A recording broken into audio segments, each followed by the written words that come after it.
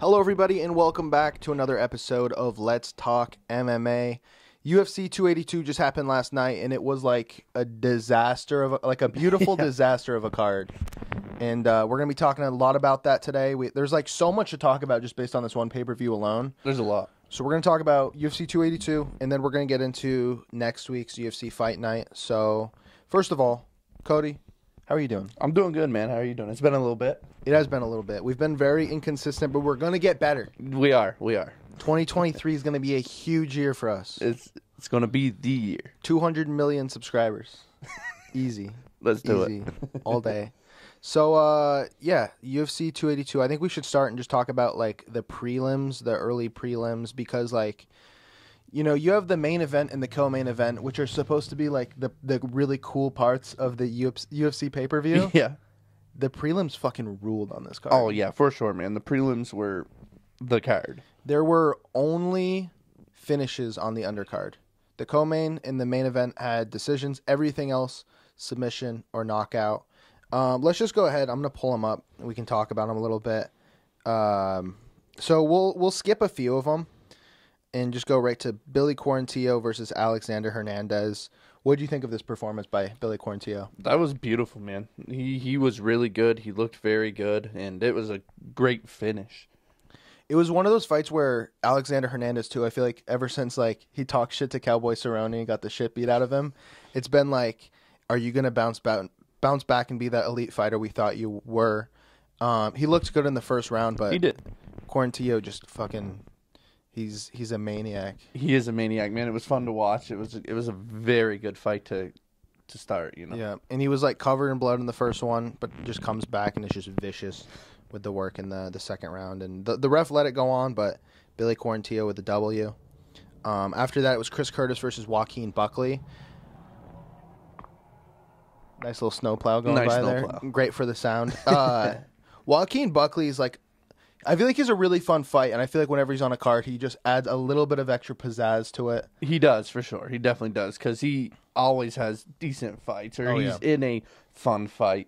And this one was another fun fight, and then where he was doing really good in the first round, and then, well, sometimes you get caught. You knew this one was going to be a striking battle, and I feel like the commentators were even talking about how, like, Buckley was in the driver's seat when the finishing like sequence happened and Chris Curtis, you know, went away with the W. Absolutely, yeah. But just two powerful dudes. It's one of those things where the first one to really connect is going to get the W, and Chris Curtis was able to do it. Yeah, Chris Curtis has done really well since he's been in the UFC, and he's been since last November. He's done very well. Won in Madison Square Garden last year, and then I think he had one loss a little while ago. Yeah. And he's a good fighter. He's fun to watch. He is fun to watch. And did you see that like video of him fighting someone like off the street? Yeah. Holy shit, dude. I don't know. Yeah. I don't know what that gym is because he trains with like Sean Strickland. Okay. Those dudes are fucking crazy. Like, because Sean Strickland's also brought someone into the cage with him and just fought him. Sean Strickland's a fucking madman. I guess they both are, dude. He's fucking madman. But with that being said, the people who decide like, oh, you're a pro fighter, I guess I'll hop in the ring for you for free. Yeah. Just to fight you. Like, fuck around and find out. Yeah. I mean, who goes to say that you're not? Who knows? Anything can fucking happen. And that's what I think people are hoping for when they go in. But come on, man. You got to know that, hey, I probably don't know shit about fighting. I'm going to get my ass beat. Yep. And those are two examples of people definitely getting their ass beat. Yeah. Moving back on to UFC 282. Edmund Shabazian. He's back. He took on Dalka Lungambala.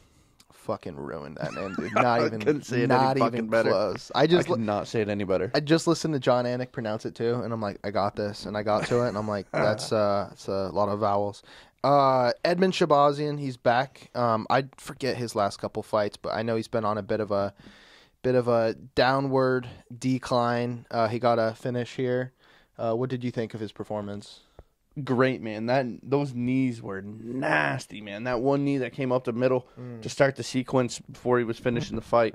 Whoa, man. And then the ref let it go a little bit, you know, which was good, but like the minute that knee came, he was like, okay, I got this in the bag. And that pressure forward was nasty. Yeah, I do think his opponent was better than he thought he was going to be, though. Absolutely, I But would agree. it very much was. As soon as there was blood in the water, Shabazian just went for it, and it seemed like he was, sometimes when people hurt their opponent, they like go wild and just throw in everything. But he was really like, yes, he was putting on the pressure, but he was like, okay, he's leaning down, I'm going to throw a knee. Okay, he's back up, we're going to go with straights. Absolutely. He was never like, he never got outside of himself. He was very, precise with his strikes. It was a very good performance by him. Cool to see from a super young fighter. We're going to be talking about another young fighter shortly.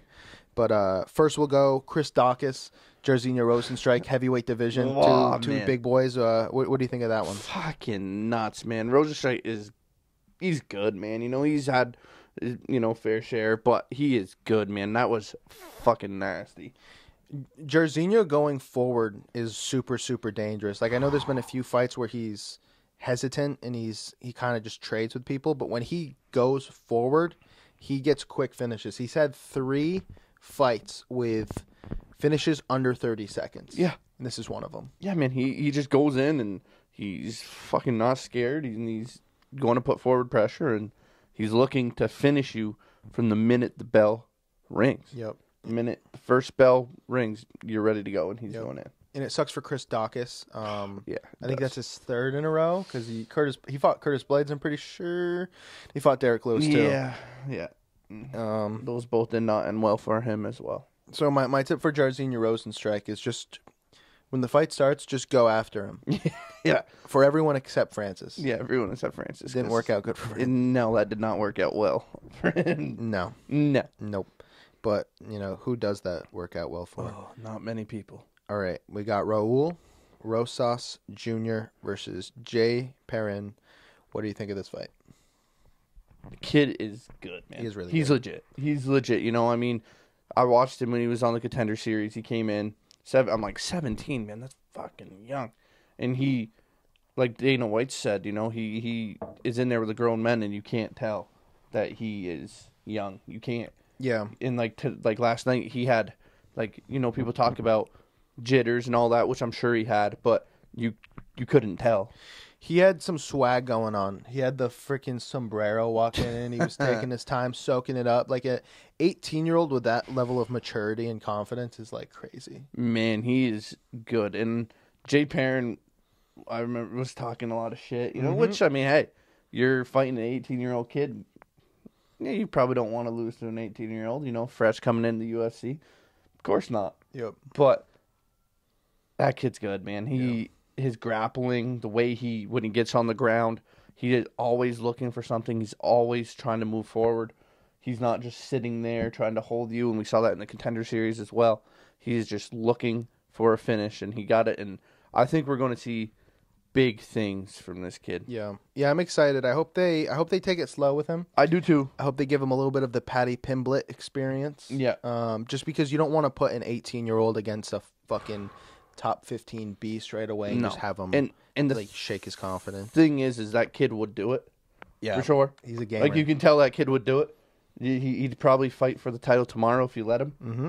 But it's like you said, you need to take a few fights. Yeah. A few easier guys, but as you're working up, get better and better. And I mean, if they do that with him, he's gonna he can do big things. Yeah, absolutely. I agree. I think he says he wants to be a champion by the age of 20. I think he said. And that's 2 years. Yeah, that's 2 years. So we'll see what happens in that stacked bantamweight division. I mean, if he can stay not getting hit during these fights and just get quick finishes, who say he can't pull like a Kevin Holland and fight, a shit ton.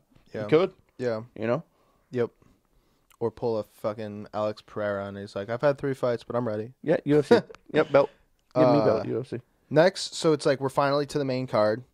And these next 3 were super fun fights, but also very strange fights.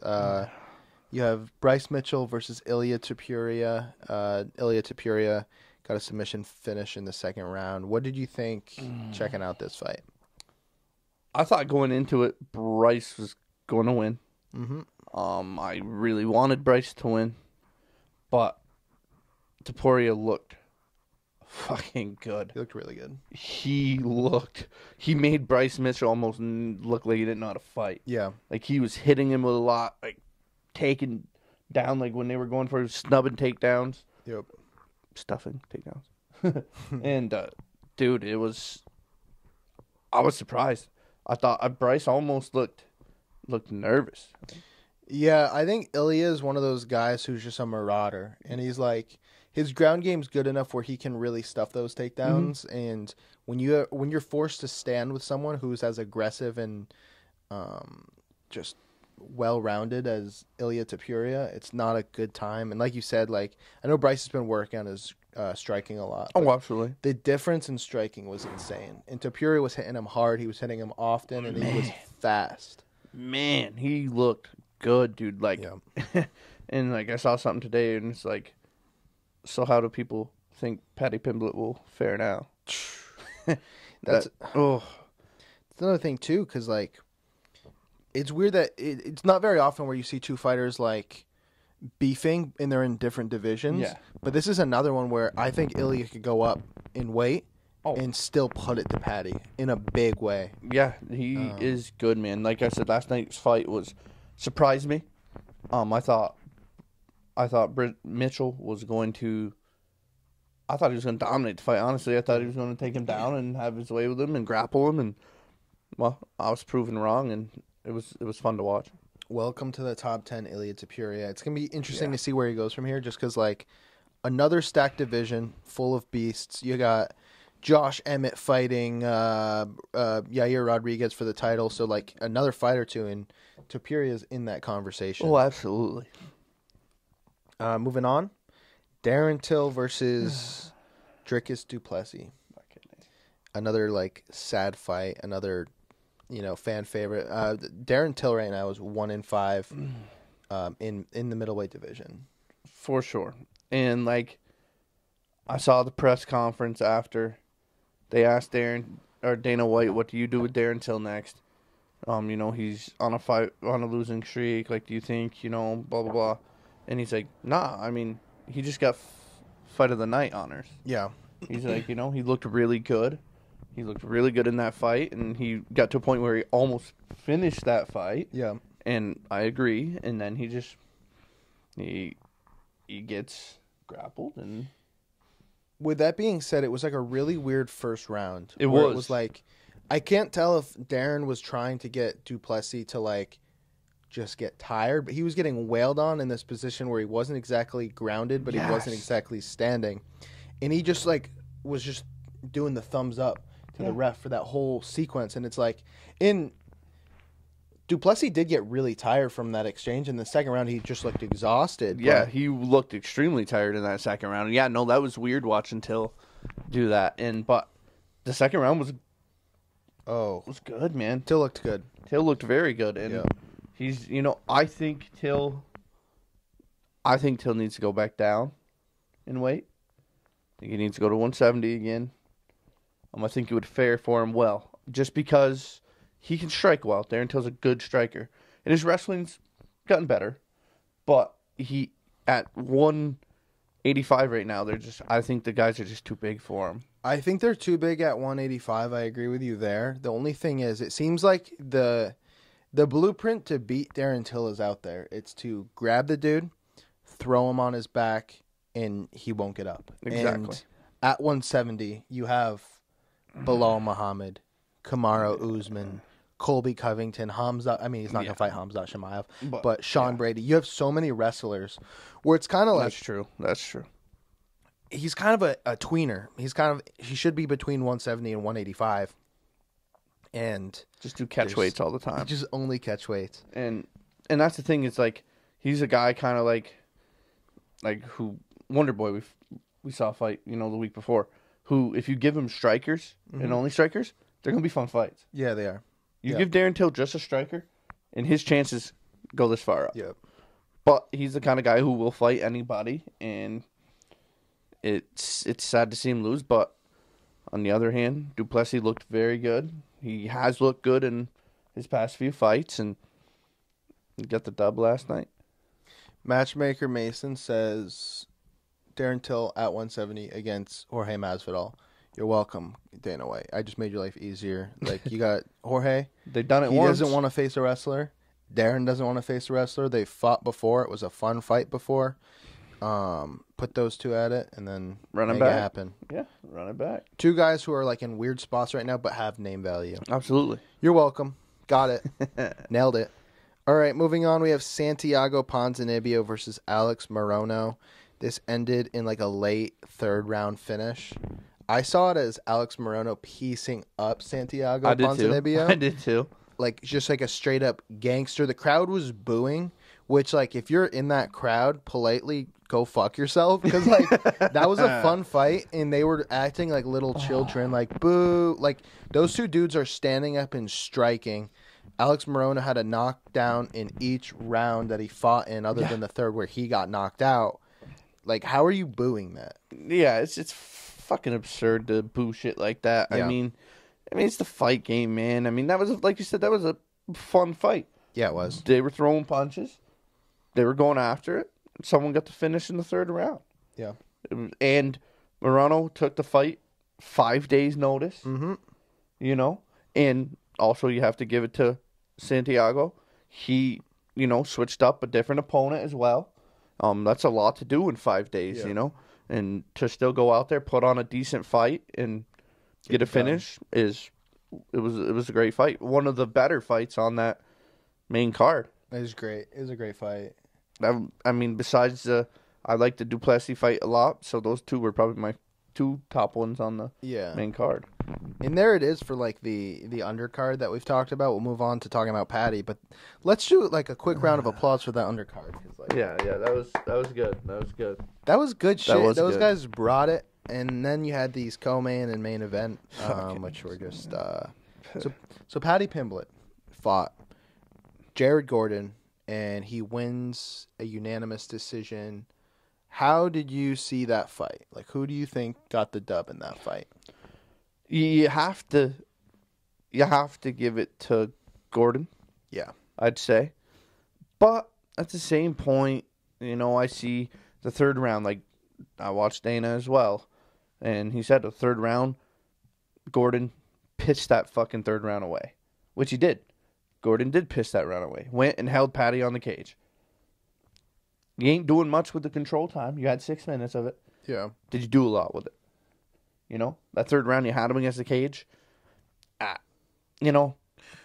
definitely think that Jeff Gordon should have won. Jeff Gordon. Jeff Gordon. That's a great clip right there. Gordon should have won the fight. But I mean, What's fucking the UFC. What's fucking crazy though is the judging was so bad on that. It was. No, that they didn't give Paddy the third round. 2 of the judges gave it to Gordon. That was the one in question. Really? And then so Douglas Crosby and Ron McCarthy gave it to Gordon. And that was like the round where you could have argued maybe that was Paddy's. Yeah. And so I'm just going to quickly like shit on this guy real quick. Sorry, Douglas Crosby. I'll preface this by saying everyone has a bad day at work. Everyone has a bad week at work. This was a bad week at work for Douglas Crosby because Danny Sabatello fought Rafion Stotts, and I thought it was a close fight. I could lean either way for seeing who won what, but Douglas Crosby... So, by the way, Rafion Stotts won the fight. 2 of the judges said Rafion won. 1 judge, Douglas Crosby, said that Danny Sabatello won every single round. 5 rounds out of 5, which there's no way you can say that. And he went ahead and gave this fight to Paddy. And sorry to go there. If you look at the media scorecards, I think there was like 22 of them, right? Probably, there's about 22 fights. And or 22. No one gave it to Paddy. Yeah, one person One did. person, that's right. One person from couch side judges gave it to Paddy, but the other ones from MMA Junkie and The Athletic and Cage Side Press and all that good stuff gave it to Gordon. I thought it was Gordon's fight. Me too. Paddy wins, and since it's not even a close fight, yeah, come on, man. I like Paddy, but that was shit, man. Like, just admit it. Admit that it was obviously a close fight. Yeah. And I don't know about you, but Paddy looked different to me. I think the weight cut's getting to Paddy. He can say it's not. Even after the fight, granted, I think he may have thought he didn't win, and so like his hype wasn't there. He didn't get the finish like he wanted, or so he's not all hyped up like he usually is. But he was sitting in that press conference after. He just didn't look. I mean, yeah, he looked tired. He just got done fighting a fight. I understand that, but he just didn't look like himself, like normal Paddy. Yeah, the dude, like, I don't mean to be a hater, and it's just like his stock dropped this weekend, and it's like, I think he's gonna fight someone who's a good striker, and he's gonna get completely embarrassed because he likes to stand and bang, but he keeps his chin up high and he gets caught. The left hook from Gordon was landing all day. If he was a power puncher, Gordon doesn't have like a KO finish in the UFC. If he had power, Paddy's going to sleep because it landed all night for sure. And no, I agree. To ask for the performance or fight of the night, and then to say that it wasn't a close fight, I don't know. I think Paddy's stock dropped a bit, which like he could bounce back and be spectacular in his next performance. For sure, but I feel like it was a pretty bad night despite the victory for Paddy. Absolutely. They asked him, like what's next for him. He said, no, top 15, whatever, who's ever named, I'll sign it and we'll fight. Yep. Which I know he will, probably. Yeah, he will. He's a gamer. Yeah, he's willing to fight, but like I just don't think last night was his night. I mean, but he won. The UFC, he won. He's still undefeated in the UFC. So I mean, at the end of the day, our opinions are shit. Yep. He won. I mean, as simple as that. It says it everywhere, and so it is. Ilya versus Paddy at 155. Just make it like, if Ilya wins, make it count as a W in the featherweight division. Like, yeah. If Paddy wins, make it, basically, I want to see that fight. I think people want to see that fight. And it's one of those things, too, where you can give Paddy that heated grudge match where there'll be some awesome lead up and then just let it play out. Or you can give him to a top 15 and have him just lose without any beef there. Yeah. I don't know. They probably aren't going to do that fight, but I'm interested by that storyline. I think I'd like to see it. I wouldn't be surprised that we'll get into it later, but there's a card happening next week. There's two guys at that 155 that are fighting next week. I wouldn't be surprised that if Paddy got either the winner or the loser from that fight next week. I have to look at it because I'm not sure who you're talking about, but is one of them Arman Sarukian? Drew Dober and Bobby Green. Oh, yeah. Okay, yeah. That makes sense. I would not be surprised if Paddy got the winner or loser of that fight. That'd be cool. I would like that. That's a tough fight. That. Either one of those is a tough fight for Paddy. And I don't know if either of them are ranked right now. Bobby Green might be. I don't think either of them are, but they're both pretty big names. And they're close to the top. Yeah, no, they are. They're coming good. Off a few, obviously Bobby, not long ago, fought Islam. Yeah. Last year maybe? Yeah. So, I mean, yeah. Yeah. But we can get into that. Yeah, no, we'll get into that soon. So what? We still have the main event. Yeah, we should talk about the main event now. Yeah. Jan Blachowicz versus Magomed Ankalaev, which was like already a weird cursed fight because Yuri Prohaska was supposed to fight Glover Teixeira in a rematch. Yuri destroys his shoulder. He's going to be out for a while, so he vacates the belt. UFC goes to Glover Teixeira and they say, hey, do you want to fight Ankalaev for the belt? Glover says, no, I need more time. Let's do it later. UFC says, no, we're giving it to Ankalaev versus Jan. So that's the new title fight. And then it ends up being a fucking draw in one of the weirdest post-fight interviews ever. Initial thoughts on this fiasco? I feel that... it was a draw. It was a draw. It was a draw because, Ankalaev did not win the fight. I don't think. He said he did. Jan Blachowicz won, I would say, rounds 1, 2, and 3. The leg kicks were there. The leg kicks were nasty. But 2 and 3 for sure were Jan's, I would say. 4 and 5, Ankalaev. 1, boom, there's your draw. For me, I did have it as Ankalaev winning. I had round 1 for him. I do think, though, after that first round, I said, I think Ankalaev won. I could see them giving it to Jan. 4 and 5, 100% Ankalaev. Jan had nothing for him.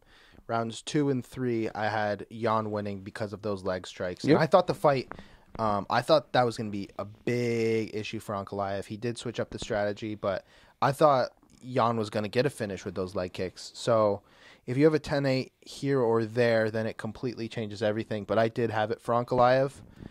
With that being said, I don't think that a draw is as bad as everyone's making it seem. No, because you can give the fight to or the belt to someone else, and there we go. If you go to media scorecards, I think there's like we said, I think there's like 22 here.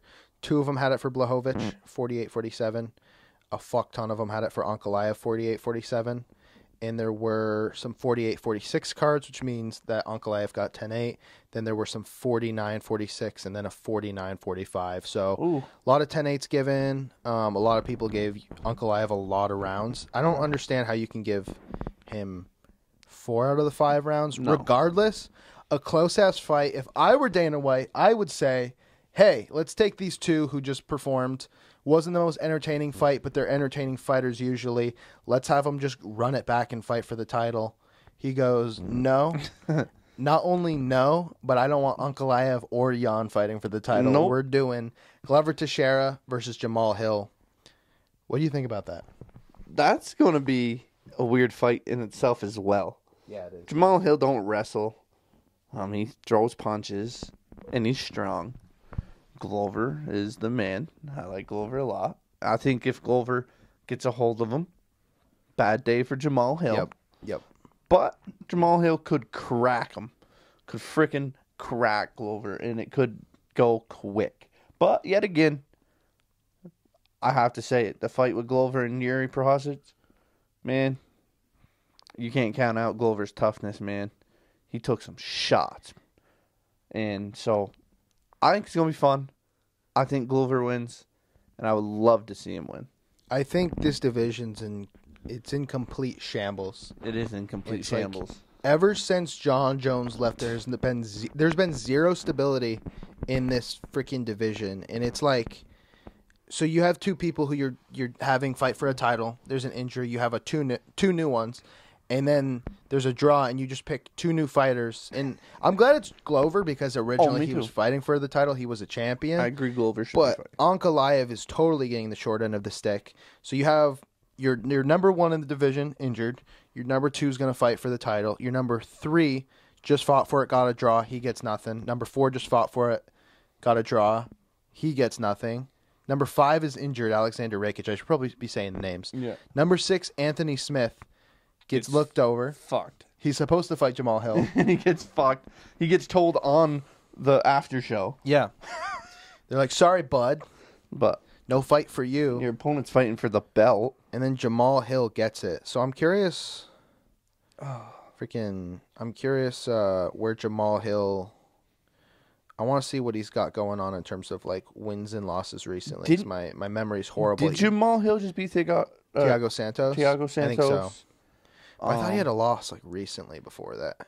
Oh no, I'm totally wrong. Well, he lost to Paul Craig a while ago. But he has like 3 wins, right? Yeah, 3 wins in a row. Jimmy Crute, Johnny Walker, Thiago Santos, all by knockout. The Jimmy Crute one. Yeah, the Johnny Walker one was the nasty, weird knockout. Yeah, that was crazy. Yeah, that was a nasty. And then Jimmy Crute that wasn't the leg.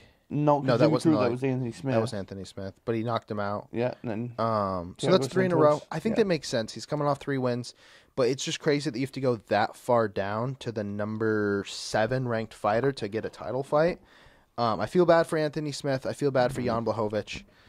I hope they have those 2 guys fight each other. And then, Ankalaev too. You got to feel bad for Ankalaev the most because, I thought he won. I think most people think he won.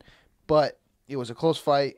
Ankalaev now, what happens to him? What happens to Jan? What happens to Anthony Smith? It's just, this division's a complete clusterfuck. Because in theory, I would have, if I was Dana White, I'd have pulled Ankalaev to the side. Could have done it to either him or Jan Blachowicz. But Jan did lose prior to Glover. So I would have pulled Ankalaev aside and been like, hey, if I get Glover to agree, we fight in Brazil in January. He'd say yes. Yeah. Would Glover say yes? Maybe. I wonder if he would say yes, though. I don't know. Because you got to imagine his leg's pretty fucked up right now. Yeah, his leg is fucked up. And he'd have to go into camp now in order to be ready for it. So he probably won't. So in theory, yeah. You could give it to Anthony Smith, but he's coming off loss. Well, loss. He got hurt, right? So, against Ankalaev, right? Yeah. So, I don't know. I almost feel like it should be an interim. I don't know.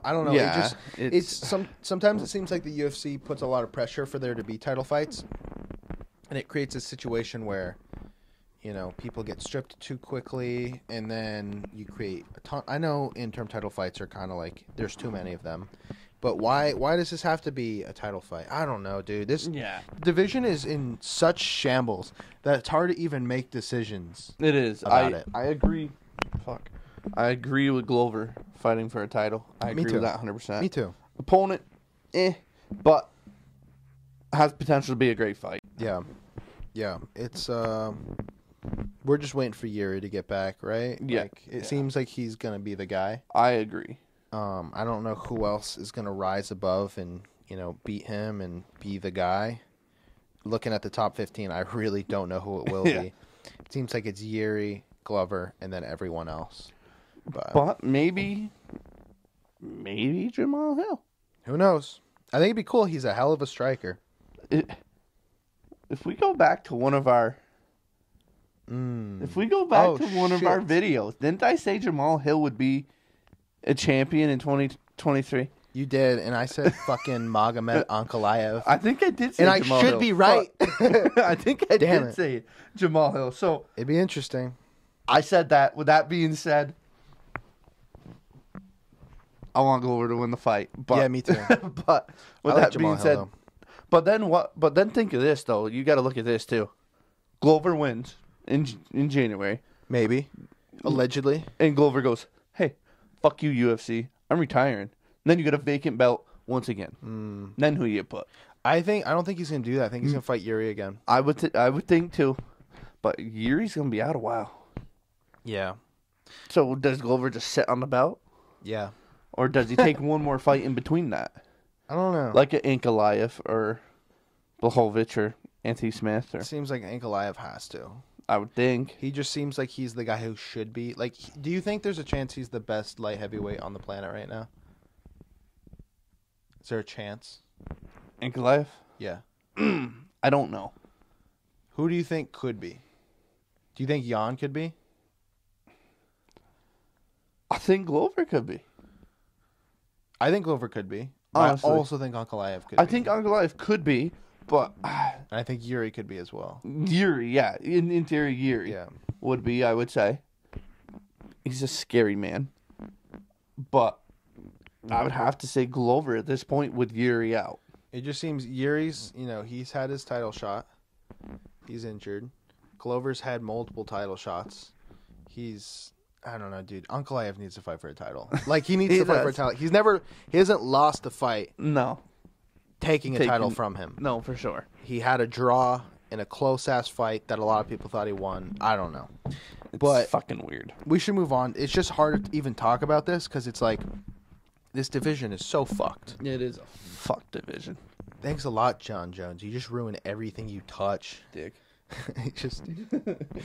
All right, moving on. We have UFC Fight Night Cannonier versus Strickland. I'm pulling it up right now. I'm looking at it with my eyeballs. And what do you think? What do you think of this card? We're gonna mainly talk about like. There's some good fights. We're gonna cherry pick some fights. Let's go ahead and we'll go where you want to go because I know you want. This guy loves Drew Dober. Fucking love him. I tell you what. On a side note. Drew Dober is one of the nicest fucking men on this planet. I met him last year. I was in New York City for the UFC 268, Usman Covenant 2. And me being a UFC guy, I was in the line going up into the new World Trade Center, One World Trade. And I see a guy, cauliflower ear. I'm like, dude, that's fucking Drew Dober. I went over to him. You knew from the ears. Yeah, I went over to him. And I was like, hey, man, I'm going to keep it quiet, but you're Drew Dober, right? Yeah, man, that's me. I was like, oh, sweet, dude, can I get a picture? Yeah, I got a picture. Then we went upstairs. I took a picture of him and his wife for him, and they took pictures of us. And I chatted with him a lot and asked him a bunch of stuff and told me that he was really excited to watch the Bobby Green fight because he really wanted to fight Bobby Green at the time, and a year later he's going to. Yep. But on a side note, that man is one of the nicest dudes you will ever meet. And he's a gamer. He is a gamer, man. He's fucking great fighter. He's fun to watch. So, Bobby Green, Drew Dober, who wins that fight? I think Drew Dober wins that fight. I think he's coming off some good fights. I think he's fired up. Bobby Green's great as shit. I think it's going to be that could be like I think it could be a fight of the year potential if they just sit there and swing.